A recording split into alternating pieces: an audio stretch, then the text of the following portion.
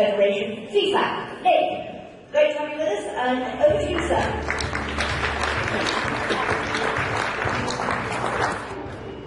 Well, thank you, Jackie. Good morning, ladies and gentlemen. It is indeed my privilege to be the moderator for this session on trade and market developments.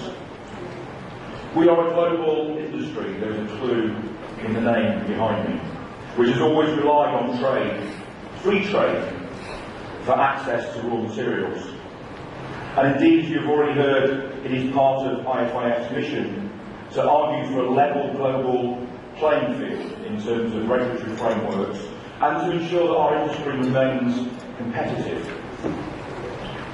But as we meet here, we live in uncertain times as far as trade is concerned. So let's take stock of where we are in terms of current global market and economic conditions.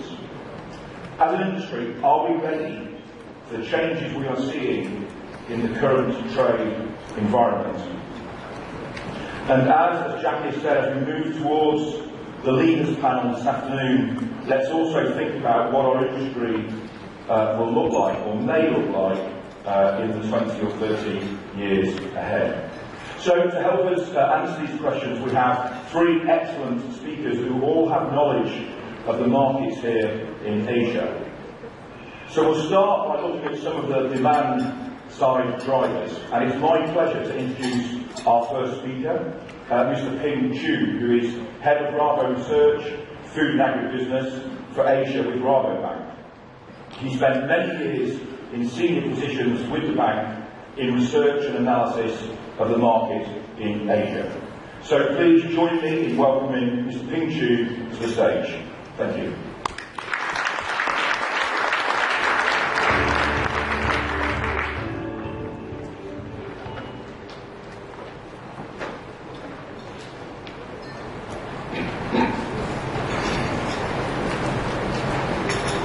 Good morning, and thank you for the conference, for this invite to share. I think we are the only bank present in this conference, and I think most of you do know Rabobank, but for those who just allow me a quick minute to introduce Rabobank to you. The Rabobank has two key strategies. One is within Netherlands, and the other one is outside of Netherlands, which is called Banking for Food. And it is this banking for food strategy that allows us to set the tone on sustainable development. We are very committed to the 17 SDGs, and especially on climate, smart agriculture, and reducing food waste.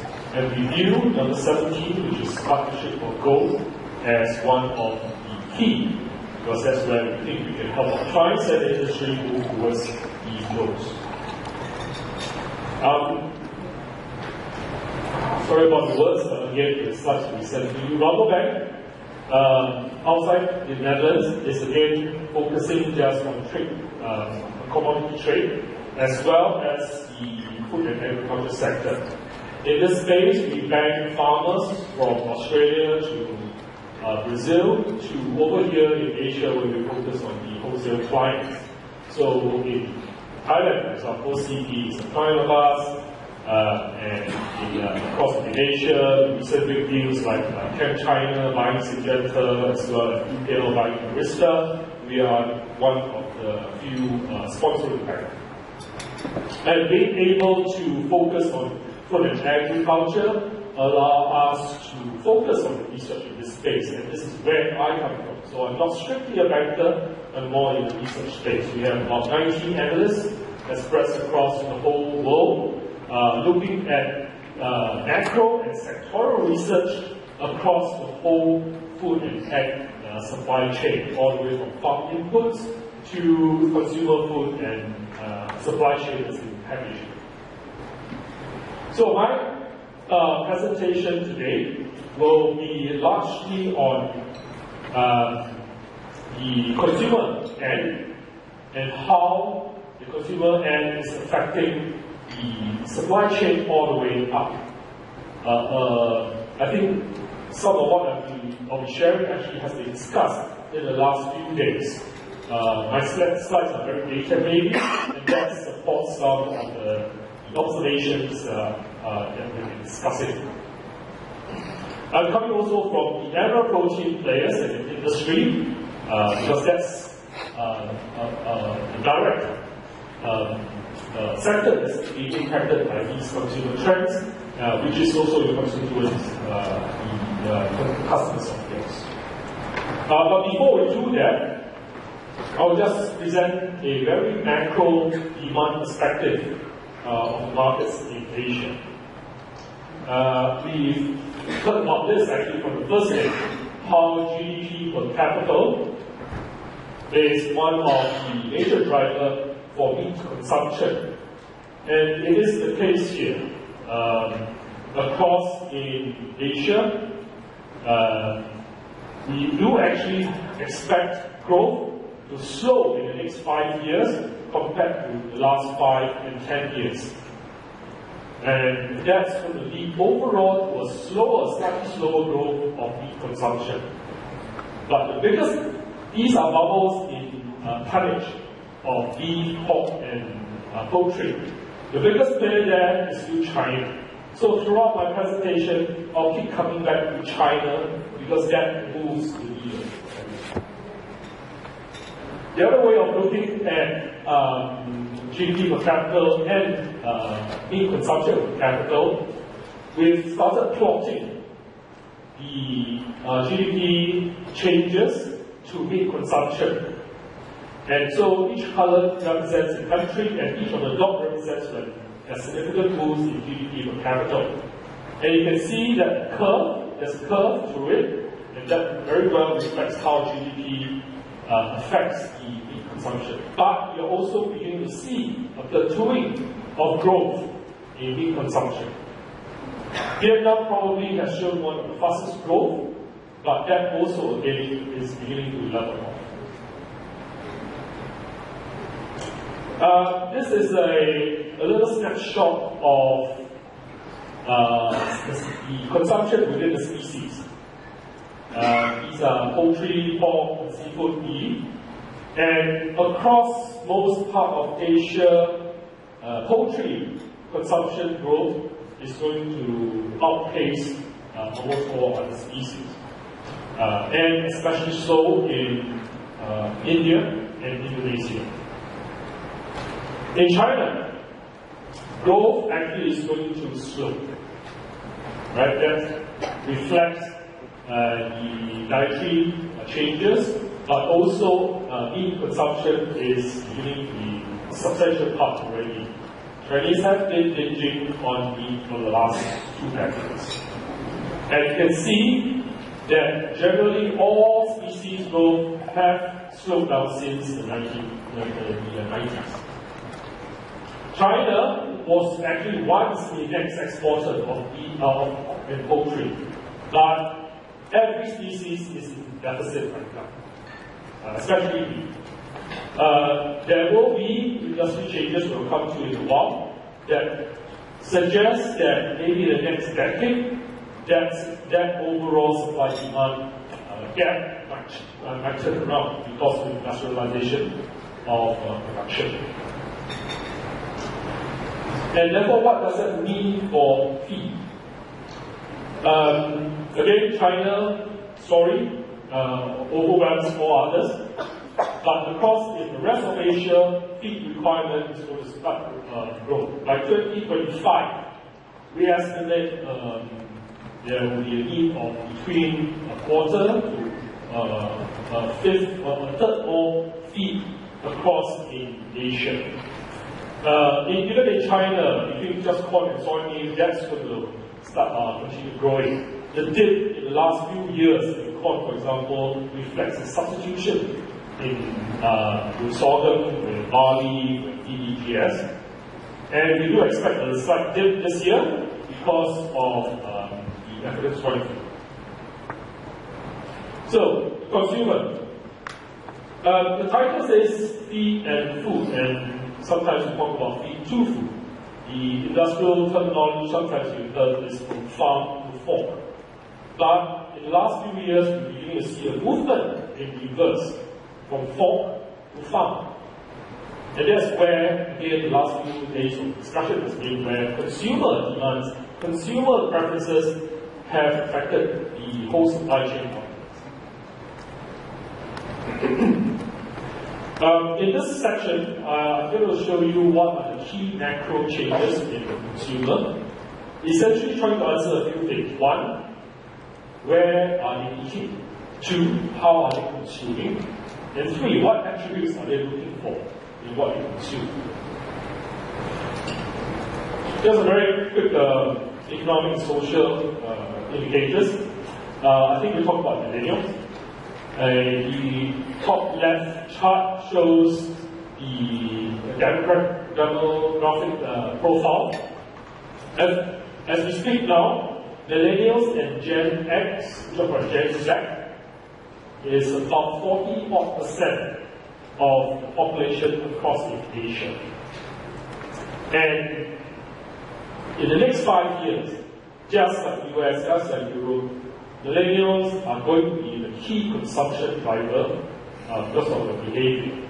And as this millennial generation moves into higher income earning bracket, that's going to even impact more.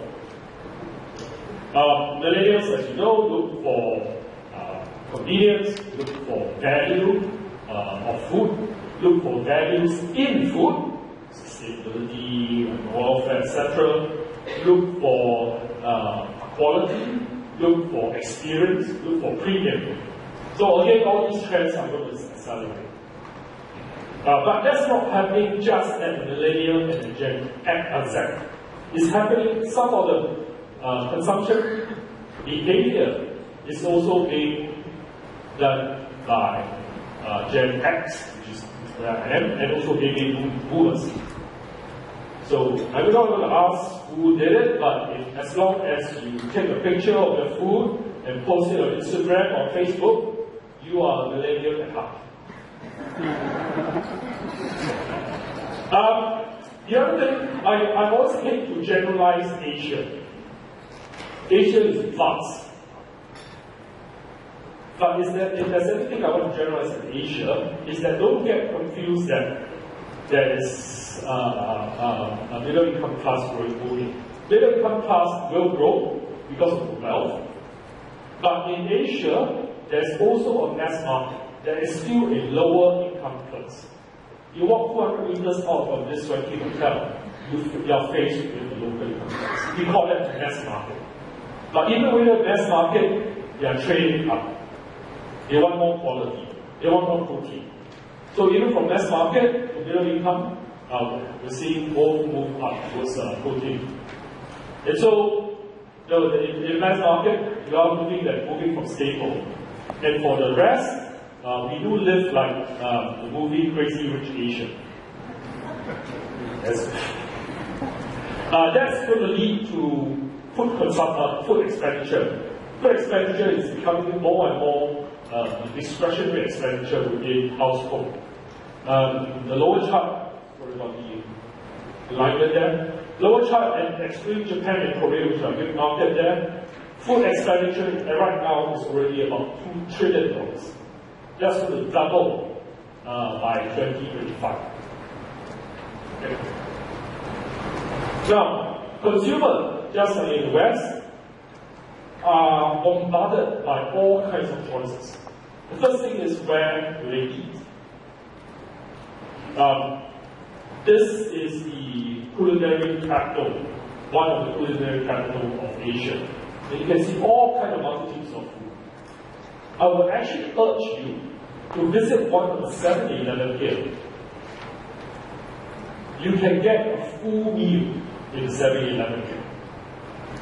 The most advanced stage of 7-Eleven offerings is in Japan. Over here, you can get ready-to-eat burgers. You can get pork and rice to be put in a microwave. In China, 7-Eleven can get proper cooked meal. So, consumers here are faced with all kinds of multitudes of food service offerings, or food place channels. The other thing about the concentric circle on the right is where we are struggling daily. This is not just a millennial issue. Everyone now wants a multitude of needs. They want healthy food, they want premium food, they want convenience, subject to sustainability, they want quality, they want safety. But the problem for many producers is not a constant.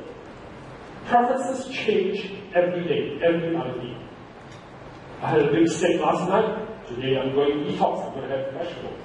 I had too much wine. Today I'm going vegetable. So that changes is creating a lot of, not just at the individual level, but also as a market. And you heard about fad, you heard about consumer trends that can change very fast and beginning to be more and more and more so. Just coming back again to China. China, as you have heard, the demographic profile is going to change slightly differently from the rest of Asia. They are slowing in population growth. By about 2020 to 2030 is actually going to peak. That's going to lead, and as the country ages faster, that's going to lead to a slower demand for protein. In China also, urbanization is still ongoing. If we are not at already, 60% of the population are in cities. And this is helping to create actually big clusters of population that demands services like e-commerce, like food delivery, and even for the production side, first of all, you have environmental regulation that eventually African swine flu. They are moving a lot of the production, regionalizing a lot of production. Many of the animal protein players, especially big ones, are moving towards, and industry is moving towards the grain producing area. But to be close to the consumer, a lot of the processing needs to be at these urbanization clusters. So what happened is the physical distance between farming, slaughtering, to processing is lengthened. And what you need are then cold chain and a more efficient logistics.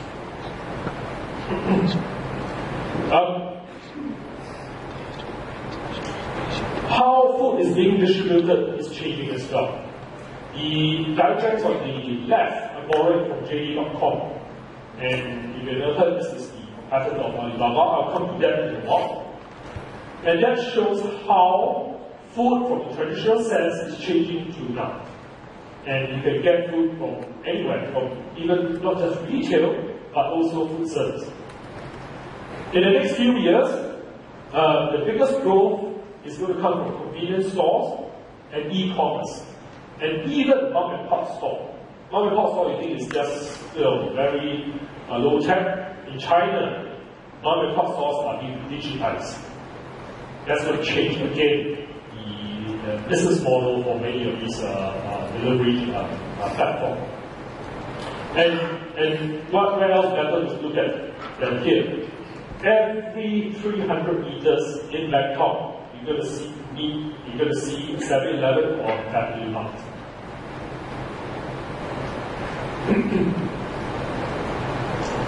You can see the picture in there is President Trump serving, I think it's McDonald's and White House.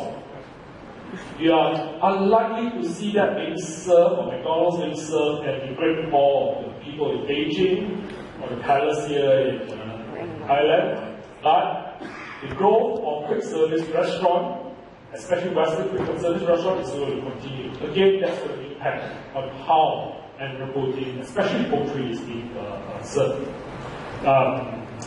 Food service is growing so rapidly because, again, it offers convenience, it offers snacking opportunity, which is what the millennial loves, and it's also catering to the smaller and smaller family size and dual income earning structure that we see across the nation.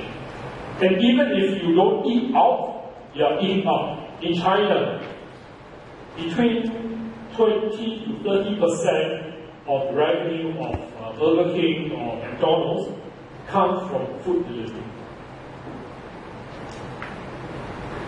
And again in China, this preference for eating out is increasing. Just like here, you see multitude of restaurants that you can go to. And again, this eating out is leading to many different changes and demands for the requirements from animal protein suppliers. And more so, when you want grandmother's recipe, you want home cooked food, you actually go down to the restaurant 300 meters from you. Now, I will come just into Alibaba and JD.com. We call them the super tech because they are not about e-commerce anymore. They are an ecosystem by themselves. It is all facilitated by this. You know, right now, probably 800 million Chinese are constantly on this. It's facilitated by digital payment. I was living in Shanghai for 3 years, so I managed to get a bank account, a China mobile phone, and I'm keeping that forever because this is so useful. You can go out, you can go out from home with this and nothing else in China. And you can even say from whole day with this and nothing else. And that's creating a whole change in how again food is being consumed and delivered. All this chart just to show you how, especially fresh food, how is being bought as and delivered, how delivery is making waves. One of the victims of this is actually instant noodle. Actually, instant noodle recently has just slowed and declined because it's easier actually to call, to text, order food in China and cook instant noodle.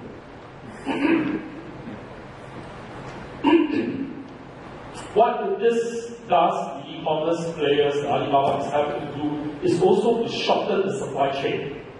China used to be, actually still has a very long and fragmented supply chain. And that's helping to shorten that a lot. So, this kind of summarizes the issues facing the animal proteins industry, as well as opportunities.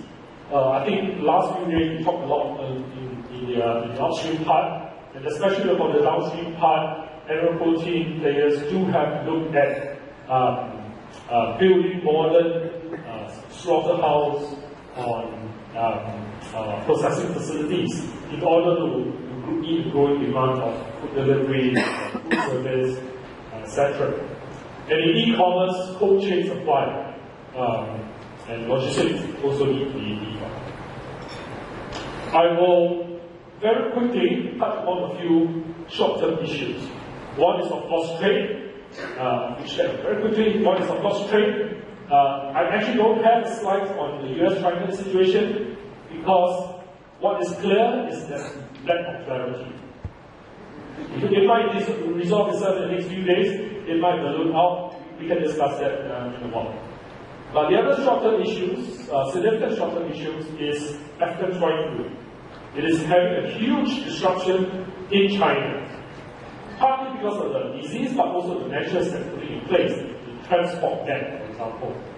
And that's creating a lot of, actually that's even accelerating the industry change from small farms to bigger farms.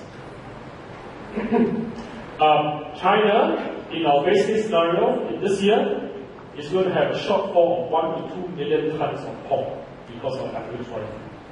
I don't think the rest of the world is able to supply that. So African swine flu is also coming down into the south. There's already more than a dozen cases reported in Vietnam, and that's also leading to changes in demand for poultry and prices. I'll skip this on Indian beef, let's not forget about that. The Indian cattle beef is also undergoing a lot of changes, but I'll skip that for a moment. So in summary, there are actually a lot of opportunities for animal protein, especially poultry. In Indonesia, the next few years, the requirement needed for increasing breeding farms, processing, etc., is going to be about $4 billion, including infrastructure. Right, we need the demand. In Vietnam, it's a bit less, about 100 billion. In China, and this is a study we did a few years ago, the biggest problem in China is actually increasing productivity. If you take one of the best examples, the Netherlands, feed conversion ratio is about 3.5, in China it's about 4.2. That creates a huge opportunity, especially as farms become more than industrialized, to bridge that gap. And we estimate about 30 billion market there, just because of genetics, nutrition, breeding practices, etc. And the second last slide, what animal protein companies are doing right now that they can go into, and they have gone into three main approach. One is a very consumer-led approach, which also means that they integrate downstream. Right? So a lot of Asian players are doing that, even some of the Tyson and etc. are doing that too. There are some which are just core in terms of their offerings, and some are moving to technology. And my last slide is really to just highlight that there are many factors affecting the whole industry, from political trade war to social animal welfare, dealing with animal welfare, sustainability, environmental concerns, to technology, automation, robots. So, to conclude, what we can easily say is that there will be bigger animal protein players, which are even more integrated and expanding across the horizon and the geography as well as the vertical. With that, it's not for me. Thank you.